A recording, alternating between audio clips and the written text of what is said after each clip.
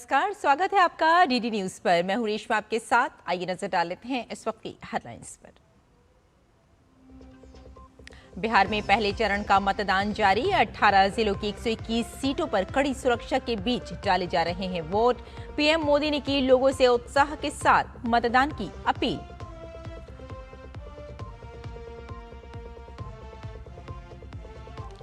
बिहार में दूसरे चरण का चुनाव प्रचार तेज। पीएम मोदी की आज अररिया और भागलपुर में विशाल जनसभाएं। अमित शाह और राजनाथ सिंह भी होंगे मैदान में।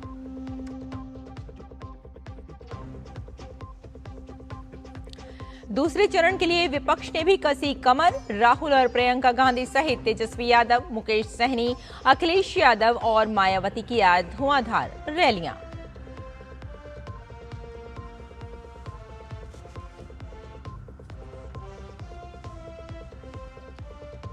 आज नौसेना में शामिल किया जाएगा स्वदेशी जहाज। इक्षक बंदरगाहों, तटों और नौवहन चैनलों में व्यापक तटीय तथा गहरे समुद्री सर्वेक्षण करने में मिलेगी मदद।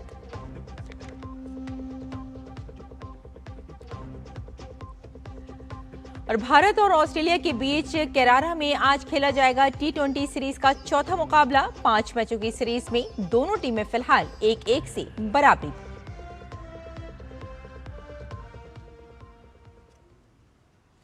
और आइए अब खबरों पर डालते हैं नजर। तो आपको बता दें कि बिहार विधानसभा चुनाव के पहले चरण में आज 18 जिलों के 121 निर्वाचन क्षेत्रों में पोलिंग हो रही है। करीब 3 करोड़ 75 लाख मतदाता आज अपने मताधिकार का उपयोग करेंगे।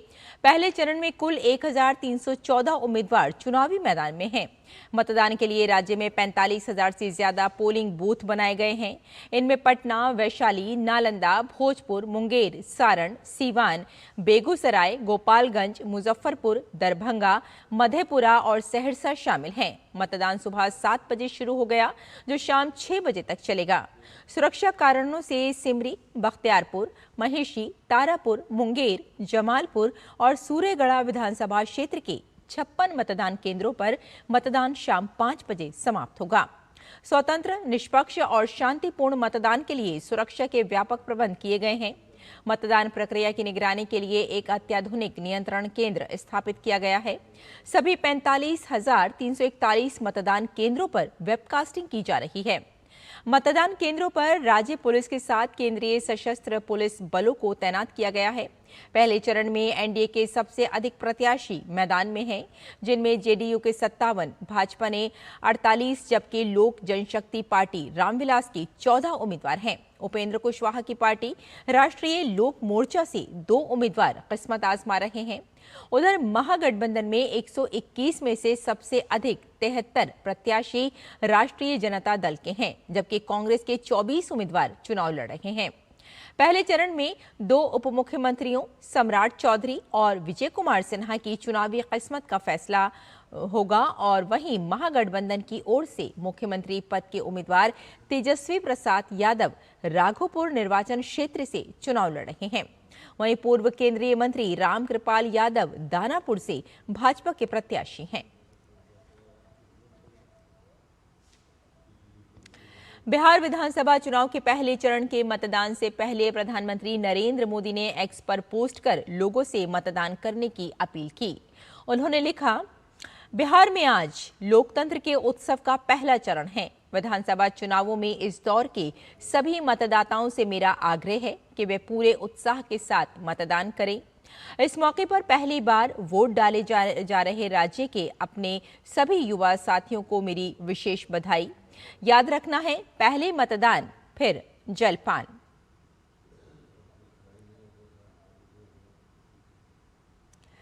और बिहार विधानसभा चुनाव के दूसरे चरण का चुनाव प्रचार भी जोरों पर है। एनडीए और महागठबंधन के नेताओं ने मतदाताओं का दिल जीतने के लिए पूरी ताकत झोंक दी है। इसी क्रम में भाजपा के स्टार प्रचारक प्रधानमंत्री नरेंद्र मोदी आज चुनाव प्रचार करेंगे। पीएम आज सबसे पहले सुबह करीब 11:30 बजे अररिया के फारबिसगंज में एक विशाल जनसभा को संबोधित करेंगे। पीएम यहां अररिया की 6 विधानसभा फारबिसगंज, नरपतगंज, सिकटी, अररिया, रानीगंज, जोकीहाट के अलावा पूर्णिया के बनमनखी और सुपौल के त्रिवेणीगंज और छातापुर की जनता से एनडीए प्रत्याशियों को वोट डालने की अपील करेंगे। इसके बाद वो दोपहर करीब 1:30 बजे भागलपुर में एक चुनावी रैली को संबोधित करेंगे। पीएम के दौरे के मद्देनजर सुरक्षा के कड़े इंतजाम किए गए हैं। बिहार में दूसरे चरण के चुनाव प्रचार ने अब पूरी रफ्तार पकड़ ली है। जैसे जैसे मतदान की तारीख नजदीक आ रही है, सियासी पारा चढ़ता जा रहा है। एनडीए और महागठबंधन के बीच सीधी टक्कर है। मतदाताओं को रिझाने के लिए दोनों ही पक्ष जनसभाओं, रोड शो और रैलियों के जरिए अपनी पकड़ मजबूत करने में जुटे हैं। भाजपा के स्टार प्रचारक पूरे दमखम के साथ प्रचार में जुटे हुए हैं। रक्षा मंत्री राजनाथ सिंह आज बथनाहा, चिरैया और केसरिया में जनसभाएं करेंगे। वहीं गृह मंत्री अमित शाह बेतिया, मोतिहारी और मधुबनी में अपनी रैलियों के जरिए एनडीए प्रत्याशियों के समर्थन में वोट की अपील करेंगे।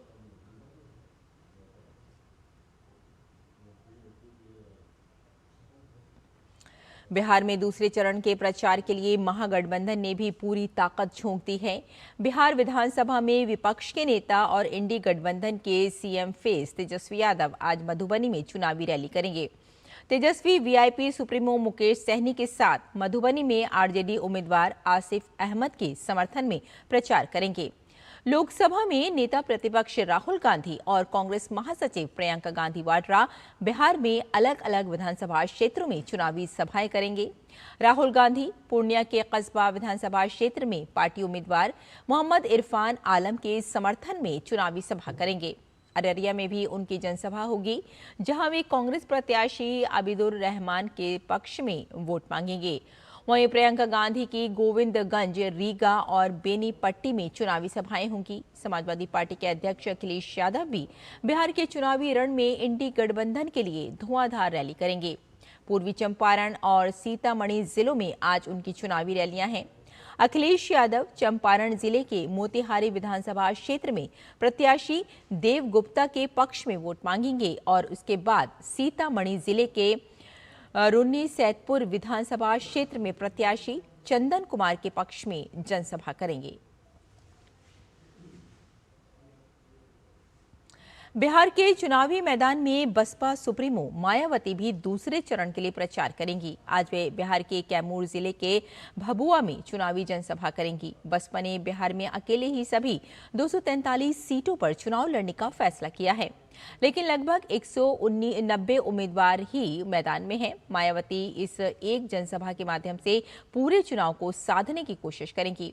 कैमूर जिले में पार्टी ने भभुआ, मोहनिया, रामगढ़ और चैनपुर चारों विधानसभा सीटों पर उम्मीदवार उतारे हैं। इस क्षेत्र में बसपा अन्य जगहों से ज्यादा मजबूत मानी जाती है। मायावती जनसभा के माध्यम से पार्टी के पक्ष में माहौल बनाने का प्रयास करेंगी। और सर्वेक्षण जहाज इक्षक आज भारतीय नौसेना के बेड़े में शामिल हो जाएगा। कोची स्थित नौसेना बेस में नेवी चीफ एडमिरल दिनेश के त्रिपाठी आज इक्षक को केरल के कोची नेवल बेस पर हरी झंडी दिखाएंगे। इक्षक के शामिल होने से नौसेना की समुद्र में सर्वेक्षण शक्ति में वृद्धि होगी। ये भारतीय नौसेना के स्वदेशी हाइड्रोग्राफिक तकनीक की नई राह पर आगे बढ़ने का प्रतीक है। इक्षक से पहले 2 सर्वेक्षण युद्धपोत इंडियन नेवी के पास थे। इक्षक रक्षा तकनीक में भारत की आत्मनिर्भरता का प्रतीक है। इस पोत में 80% से अधिक स्वदेशी सामग्री का उपयोग किया गया है, जो आत्मनिर्भर भारत पहल की सफलता का सबसे बड़ा उदाहरण है। इक्षक एक संस्कृत शब्द है जिसका मतलब मार्गदर्शक है, जो इसकी सटीकता और एक प्रहरी के रूप में इस जहाज की भूमिका को सटीक रूप से परिभाषित करता है। इस पोत को बंदरगाहों, तटीय और गहरे जल सर्वेक्षण करने के लिए डिजाइन किया गया है। इक्षक से प्राप्त डेटा के आधार पर समुद्र में सुरक्षित नेविगेशन और भारत के समुद्री सुरक्षा ढांचों को मजबूत करने में सहायता मिलेगी। और यहाँ रुकते हैं एक छोटे से ब्रेक के लिए, जल्द हाजिर होते हैं। आप देखते रहिए DD news.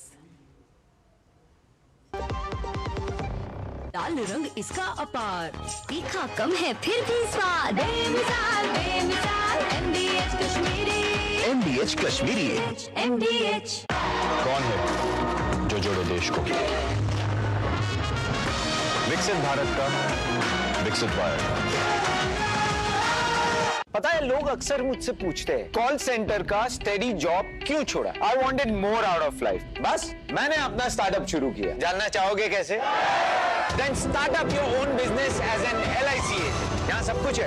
Great products, zero investment, leading organization and unlimited opportunities. तो क्या आप तैयार हैं? LIC एजेंट बनो। अब बड़ा सोचो। हमारी वेबसाइट पर जाएं या अपनी नजदीकी LIC शाखा से संपर्क करें। वीडियो लाइक करने के पैसे मिलेंगे? So easy। अनजान लिंक्स पर क्लिक मत कीजिए, RBI कहता है। जानकार बनिए, सतर्क रहिए। ब्रेक के बाद एक बार फिर आपका स्वागत है। आइए आगे बढ़ते हैं। पश्चिम बंगाल में नदिया के नवद्वीप में केंद्रीय शिक्षा राज्य मंत्री डॉक्टर सुकांत मजूमदार की कार पर हमला किया गया। हमले में कई भाजपा कार्यकर्ता घायल हो गए, जिनका इलाज अस्पताल में चल रहा है। सुकांत मजूमदार ने तृणमूल कांग्रेस पर हमले का आरोप लगाया है। उन्होंने कहा कि वो रास उत्सव के लिए नवद्वीप आए थे, तभी तृणमूल के गुंडों ने उनकी गाड़ी पर हमला कर दिया। श्यामा माता का दर्शन करके हम निकल रहे तो वहाँ पे हमारे कांगवाई की 2 गाड़ियाँ पीछे छूट गई और उसमें हमारे कार्यकर्ता थे, पार्टी वर्कर थे, उनके ऊपर तृणमूल की तरफ से हमला किया गया और तृणमूल हमला करके गाड़ियाँ तोड़ दी। हमारे 2 कार्यकर्ता बुरी तरीके से आहत हैं और 4-5 कार्यकर्ता के ऊपर ज़बरदस्त हमला हुआ है और 2 कार्यकर्ता अभी हॉस्पिटलाइज्ड है, वो ट्रीटमेंट के लिए हॉस्पिटल में है। ये जो दर्शाता है कि यहाँ पे पुलिस एडमिनिस्ट्रेशन नाम की कोई चीज़ नहीं। पुलिस हिंदुओं के ऊपर विसर्जन के दिन लाठी चार्ज कर सकती है, लेकिन जो गुंडा है, जो बदमाश है, हुलिगन्स है और सारे इंटॉक्सिकेटेड अवस्था में है, उनके खिलाफ पुलिस का दम नहीं है कि पुलिस एक एक्शन ले। और सऊदी अरब में ग्लोबल हार्मनी पहल के दूसरे संस्करण की शुरुआत हो गई है। सऊदी अरब परिवर्तन के दौर से गुजर रहा है। जो समाज एक दशक पहले तक रूढ़िवादी और बंद था, वे अब खुल रहा है। रियाद का सुवेदी पार्क दुनिया भर की संस्कृतियों का एक लघु स्वरूप बन गया है और सबसे महत्वपूर्ण रूप से यहाँ भारतीय संस्कृति की झलक देखने को मिल रही है। आइए दिखाते हैं आपको ये खास रिपोर्ट। सऊदी अरब के साम्राज्य में गहरा परिवर्तन हो रहा है। जो समाज एक दशक पहले तक रूढ़िवादी और बंद था, वो अब खुल रहा है। अपनी पारंपरिक तेल आधारित अर्थव्यवस्था से आगे बढ़ते हुए सऊदी अरब गैर तेल क्षेत्रों में विविधीकरण कर रहा है। इसी दिशा में एक बड़ा कदम है ग्लोबल हार्मनी पहल। सऊदी अरब के मीडिया मंत्रालय द्वारा आयोजित ग्लोबल हार्मनी पहल का दूसरा संस्करण इस सप्ताह रियाद में शुरू हुआ। ये पहल वर्ष 2024 में पहली बार सऊदी अरब की विजन 2030 रूपरेखा के तहत शुरू की गई थी। विजन 2030, जिसे वर्ष 2016 में आधिकारिक रूप से लॉन्च किया गया था, सऊदी अरब के इस व्यापक परिवर्तन का आधार है।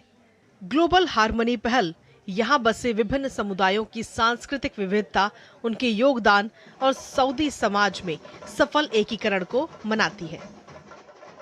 Global Harmony program in Suwaidi Park, it's about music, it's about culture, it's about food, and it's about color.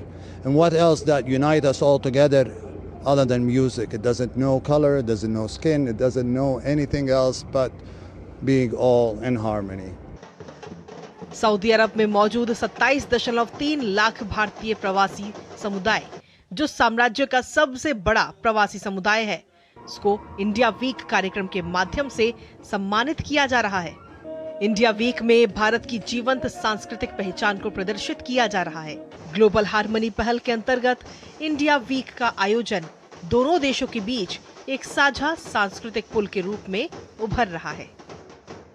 India is so close to my heart, and it's a small token of appreciation for the culture and for the people, and to show them what is all India about, and to start off and kick off the whole Global Harmony program with India is to show the whole world how much we as Saudis and personally love the Indian culture and love the food and love the harmony that we live with together.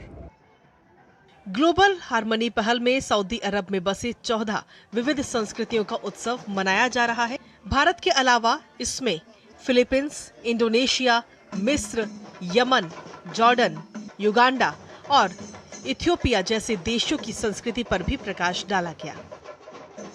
वैसे तो global harmony पहल में कई प्रवासी समुदायों की संस्कृतियां दिखाई जा रही हैं, लेकिन भारत का स्थान इसमें विशेष है। सऊदी अरब में भारतीय सिनेमा के प्रति गहरे प्रेम और भविष्य में सांस्कृतिक और मनोरंजन क्षेत्र में सहयोग की विशाल संभावनाओं को दिखाता है। कैमरामैन प्रमोद नेगी के साथ मैं मुनमुन भट्टाचार्य, रियाद से, दूरदर्शन न्यूज के लिए। और हॉकी इंडिया अपनी 100 साल पूरे होने पर बड़े स्तर पर जश्न की तैयारी कर रहा है। हॉकी इंडिया के अध्यक्ष दिलीप तिर्की का कहना है कि ये मौका हॉकी की उपलब्धियों का उत्सव मनाने का है। इस मौके पर पूरे देश में हॉकी मैच और हॉकी से जुड़े अन्य तरह के कार्यक्रमों का आयोजन होगा। दिलीप तिर्की से बात की हमारे संवाददाता सुशील कुमार ने। 7 नवंबर को हॉकी इंडिया अपने 100 साल पूरे कर रहा है और ऐतिहासिक 100 साल, शानदार 100 साल और गौरवशाली 100 वर्ष पूरे होने पर हॉकी इंडिया पूरे देश भर में कार्यक्रमों का आयोजन करेगा। इस वक्त मेरे साथ हॉकी इंडिया के अध्यक्ष दिलीप तिर्की जी मेरे साथ मौजूद हैं। सर, क्या कुछ तैयारी है? 100 साल पूरे हो रहे हैं हमारे शानदार हॉकी इंडिया के। हमारे लिए, हमारे जितने भी हॉकी प्रेमी सभी के लिए एक खुशी का मौका है, मैं कहूँगा। हमारे महान खिलाड़ी पहले जितने भी थे, जिनके द्वारा देश काफ़ी गौरव फील करता है, जितने भी लेजेंड हैं, पहले तो उनका हम नमन करते हैं। उसके बाद उस दिन कई सारे प्रोग्राम्स हैं। स्पोर्ट्स मिस्टर 11 और हॉकी इंडिया 11 के बीच एक एग्जीबिशन मैच होनी है। उपलब्धियों के बारे में सर क्या कहेंगे? पिछले 100 साल में हमने देखा कि भारतीय हॉकी ने उतार चढ़ाव भी देखा और अपना एक पहचान बनाया है विश्व पटल पर। जैसे मैंने कहा कि 8 teams gold medal, 4 time bronze, 1 silver और 8 गोल्ड किसी कंट्री ने नहीं जीता दुनिया भर में। ये भी हमारे लिए अचीवमेंट है। हाँ, कुछ वर्ष हम 80 के बाद काफ़ी सालों तक हम इंटरनेशनल लेवल पे परफॉर्म कर नहीं पाए, उस हिसाब से हम मेडल जीत नहीं पाए थे। फिर अभी 2021 और 2024 ओलंपिक्स में पेरिस में हम लोग को शानदार जीत मिली। हम ब्रॉन्ज मेडल जीते काफ़ी वर्षों के बाद। हमारे खिलाड़ी बेटर कर रहे हैं, अच्छे करें, उनको और बेटर प्लेटफॉर्म देने की ज़रूरत है। हॉकी इंडिया लीग और कोचिंग प्रोग्राम को मजबूत करना, बेटर सपोर्टिंग स्टाफ उनको मुहैया कराने का हमारा प्लान है। सर, ग्रास रूट पे हॉकी को और बढ़ावा देने के लिए क्या कुछ प्रोग्राम चलाए जा रहे हैं हॉकी इंडिया की तरफ से? अंडर 17 बच्चों के लिए टूर्नामेंट कर रहे हैं।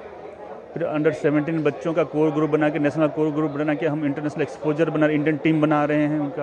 अंडर 19 का इंडियन टीम बना रहे हैं और अच्छे कोच रिपोर्ट कर रहे हैं उनके लिए, सपोर्टिंग स्टाफ बेटर दे रहे हैं। तो हमारा फोकस ग्रास रूट प्रोग्राम पर भी है। हमें मालूम है कि ग्रास रूट प्रोग्राम को हम जितना मजबूत करेंगे, हमारा सीनियर टीम उतना ही मजबूत होगा। बहुत बहुत धन्यवाद। तो ये थे दिलीप तिर्की जी, जिनका साफ तौर पर कहना है कि हॉकी इंडिया के 100 साल पूरे होने पर हॉकी इंडिया पूरे देश भर में कई प्रकार के कार्यक्रमों के आयोजन करेगा और जाहिर तौर पर ये कार्यक्रम न सिर्फ देश भर में हॉकी के प्रचार प्रसार को बढ़ावा देगा, बाकी युवा खिलाड़ियों को, युवा लोगों को भी हॉकी से जोड़ेगा। कैमरामैन श्रीनिवास के साथ मैं सुशील कुमार, डीडी न्यूज़, दिल्ली। और हॉकी इंडिया के 100 साल पूरे होने के मौके पर मेजर ध्यानचंद के पुत्र और ओलंपियन अशोक कुमार ने कहा कि आज दुनिया में भारतीय हॉकी की एक अलग पहचान है। हमारी सहयोगी सुशील कुमार के साथ बातचीत में उन्होंने कहा कि हॉकी इंडिया सरकार के साथ मिलकर देश में हॉकी के विकास को लेकर शानदार काम कर रही है। देखिए ये खास बातचीत। 7 नवंबर को पूरे देश भर में हॉकी इंडिया के 100 साल पूरे होने पर कार्यक्रमों का आयोजन किया जाएगा। मौका होगा पूर्व खिलाड़ियों को सम्मानित करने का और साथ ही हॉकी के क्षेत्र में पिछले 100 साल हॉकी की उपलब्धियों को याद करने का और गर्वान्वित महसूस करने का। मेरे साथ इस वक्त अशोक कुमार जी हैं, जो कि हॉकी के जादूगर मेजर ध्यानचंद के पुत्र हैं और ओलंपियन रह चुके हैं। सर, बहुत बहुत स्वागत है। हॉकी के 100 साल पूरे होने पर सरकार और हॉकी इंडिया द्वारा एक ग्रैंड जो है प्रोग्राम आयोजन किया जा रहा है। सर, इसको आप किस तरह देखते हैं? नहीं, वाकई में बड़ी गर्व की अनुभूति होती है कि मैंने ऐसे खेल को चुना जो हमारे लिए एक बहुत बड़ा खेल रहा है। हमारे परिवार का उसके अंदर अंशदान रहा है।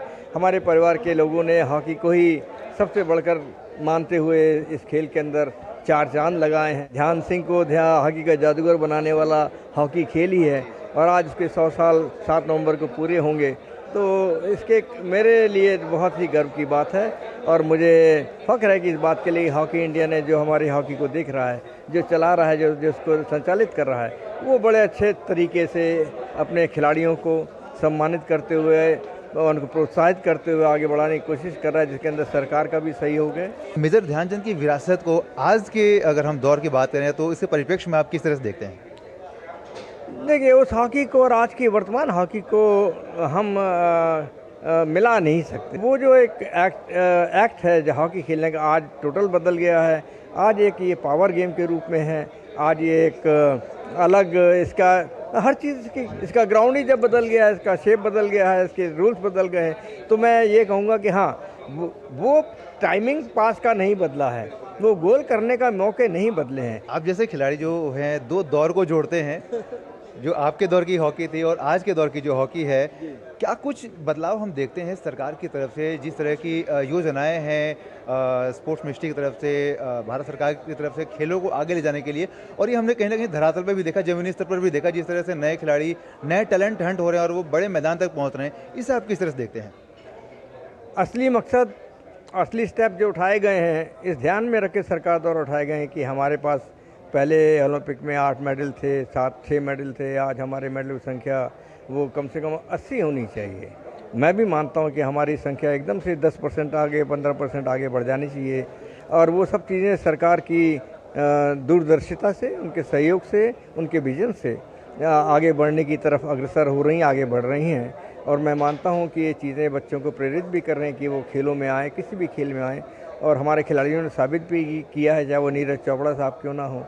तो ये सब चीज़ें ऐसी हैं जिसके अंदर देश का सम्मान बढ़ता है। ये थे अशोक कुमार, जिनका साफ तौर पर कहना है कि हॉकी इंडिया के 100 वर्ष होने पर मौका होगा खिलाड़ियों के योगदान को याद करने का, भारतीय हॉकी के योगदान को याद करने का। जिस तरह से भारतीय हॉकी ने पिछले 100 सालों में जो उपलब्धियां हासिल की हैं, उनका गुणगान करने का। कैमरामैन श्रीनिवास के साथ में सुशील कुमार, DD न्यूज़, दिल्ली।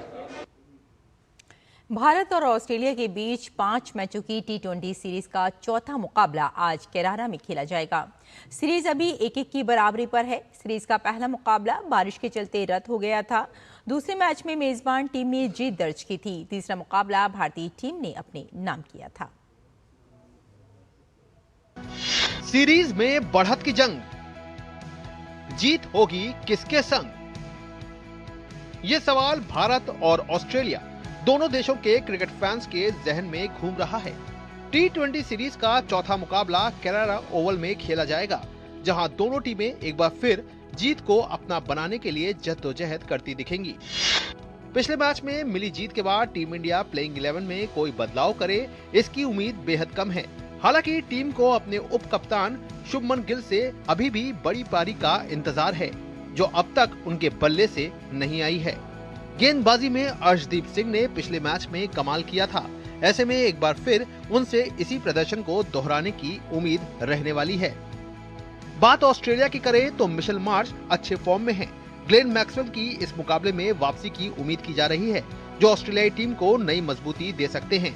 गेंदबाजी में नाथन एलिस ने 6 मैचों में 11 विकेट निकाले हैं, जबकि अन्य खिलाड़ियों से भी इसी तरह के प्रदर्शन की उम्मीद रहेगी।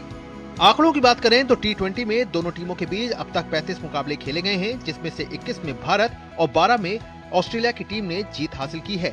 2 मैच बेनतीजा रहे हैं। वहीं ऑस्ट्रेलिया की धरती पर अब तक 15 मुकाबले हुए हैं, जिसमें 8 में भारत और 5 में ऑस्ट्रेलिया को जीत मिली है। साफ है, ओवरऑल हो या ऑस्ट्रेलिया की धरती, हर जगह टीम इंडिया को बढ़त है। ऐसे में इसी बात को अपनी ताकत बना टीम इंडिया को एक बार फिर से सामने आना होगा। Sports desk, DD news. तो इस बुलेटिन में फिलहाल इतना ही, लेकिन DD न्यूज़ पर खबरों का सिलसिला जारी रहेगा। फिलहाल अनुमति दें, नमस्कार।